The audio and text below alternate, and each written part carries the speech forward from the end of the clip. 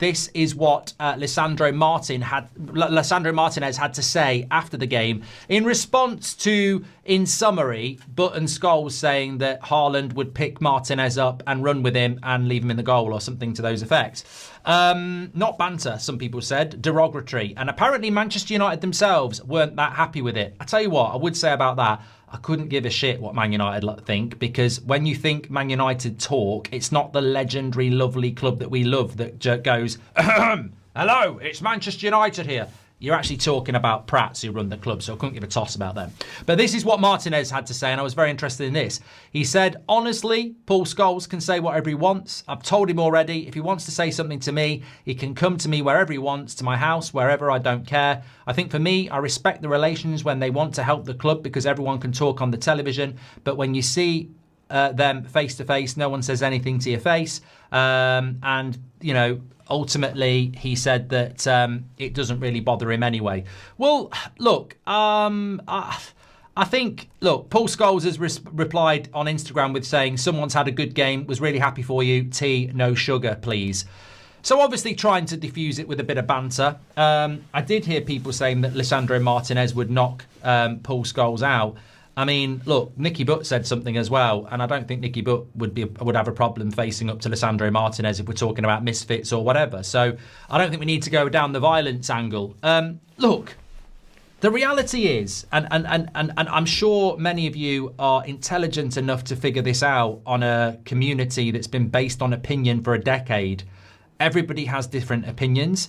I really don't think it's that deep. I mean, I sort of hinted about this yesterday. When Martinez plays as well as he did yesterday, it's a big up yours to Scholes and Butt for criticising him. But if he gets rinsed against Arsenal, they'll go, I told you so. It's really not worth responding to, I don't think, in relation to Lisandro Martinez. I think that if you think everybody is just going to be positive about a team that hasn't done well for 10 years, you're at the wrong club. You're always going to get scrutinised. And we live in a world now where, to be honest, everybody's got an opinion, and it's sometimes not the one you want. Having spent time with ex-players, whether it be doing podcasts with them or meeting them at different events, off camera, they say some pretty interesting things. I said to you about Ben Foster and what he said to me off camera about Garnacho a few years ago. And I won't repeat it because I don't think it's fair to say exactly what he said. Suffice to say, he was absolutely right. He basically said years ago to me off camera that he doesn't rate Garnacho and he doesn't rate his personality in so many words.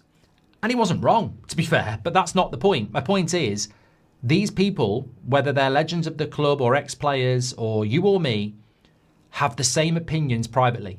They do. They don't sit there going, I'm a Manchester United legend and I must always be positive about absolutely everything, and I must not have an opinion that's personal to me like everybody else has. Just the same as I said after the game yesterday, I thought Dalot recovered well and had a good game. Some people said he's fucking shit, get him out of my club.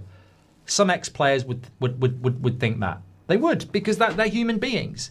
And I suppose the question I would say is, are we making a mountain out of a molehill here? Just as much as you don't want ex-players to be critical of current players, some people find it quite interesting to listen to their podcasts in a more honest environment. I mean, to be honest with you, I find mainstream media ridiculously boring, and I have done for years. It's scripted. I've been in that world. There's someone in your ear hole saying you can't say that. There's someone in your ear hole saying say this. You get ex-players sat there boring the shit out. I mean, I was listening to Villa Everton this afternoon while I was doing some ironing. That's how bored I was. And I was like, this commentary is so rubbish. I should have done a watch-along on That's Football so we can at least talk about what chocolate we'd stick up our arse or something like that. Not a topic I start, but other people start, you know? This is the world we live in now. Everybody has a choice. Everybody has an opinion. And if you don't like it, switch off.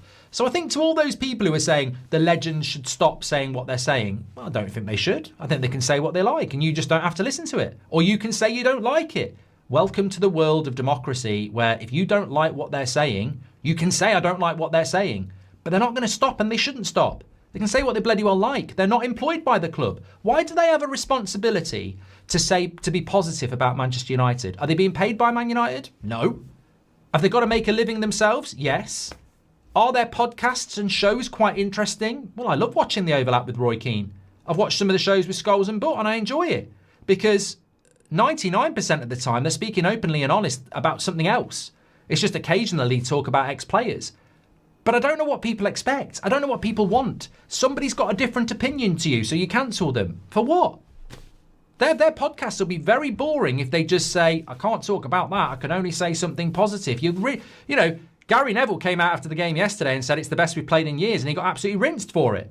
So, you can be ultra positive and you get piss taken out of you, or you can be, overly negative and you'll get the piss taken out of you. Personally, I don't care. And if I was Michael Carrick, I'd be saying to Lisandro Martinez, probably wise just to keep your mouth shut. I know it's annoying, but listen to what I said when I was asked about Roy Keane. I just say it doesn't bother me. Let's focus on our job. The more games we win, the more we shut them up. We don't need to be thinking about them because the next bad game you have, they might say, I told you so. And then it goes on. So let's just keep it in-house. This is part of playing for Man United. It used to be 20 years ago, the press. Now it's the media, it's social media. We just need to focus on it. Now, I'm not for 1 minute saying that you're wrong for saying I don't like those comments from those ex-players. Absolutely. I've said things people don't like. I've said things people do like.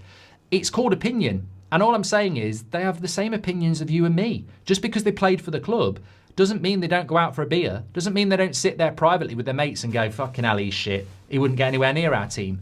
It's just the world we live in. And if you don't like it, don't watch it, But we're not going to live in this environment where everybody has to be positive about something that's not good. Ultimately, the club, not Carrick, not the players. Yesterday was brilliant. Ultimately, the club is nowhere near it where it needs to be. And people have strong opinions on that.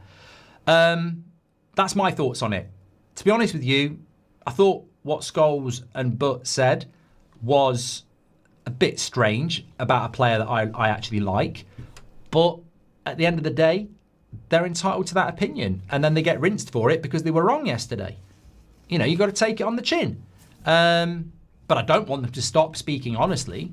I don't actually think it makes a difference. I don't think it would make a difference if someone like Lee Sharp started doing a Man United podcast tomorrow and all he did every week was say, this player is fucking shit, I think he's rubbish. I don't think it makes a blind bit of difference. I don't think it makes any difference at all.